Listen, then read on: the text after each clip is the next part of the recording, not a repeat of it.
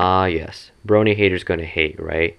But not all of them use the same arguments of, oh, Bronies are gay, autistic, creepy, man-children, and so on. Some of them have at least better arguments, and those are the ones with whom I usually engage. You can check that out in my feed. But even though they're better, many of these arguments are still quite similar.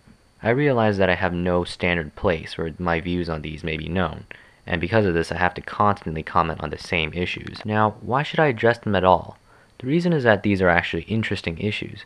As a matter of fact, the title of this series comes from this image, a play on the slogan, haters gonna hate. Haters gonna probably bring up some valid points considering I'm an ignorant little so far up my own ass that I blame my problems on everyone, and if you criticize me, you're automatically wrong. So haters don't just hate, and that's what I'll be addressing. I'll start off with a pedophilia argument, since it's rather easy to address, and is particularly nonsensical. Other issues I currently have planned are, what makes a brony?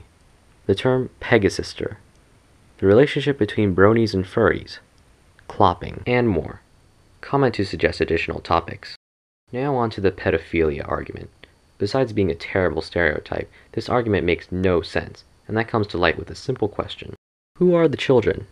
That is, if we're supposedly pedophiles, who are the children to whom we're attracted? Are they the pre-adolescent girls for whom the show was originally intended?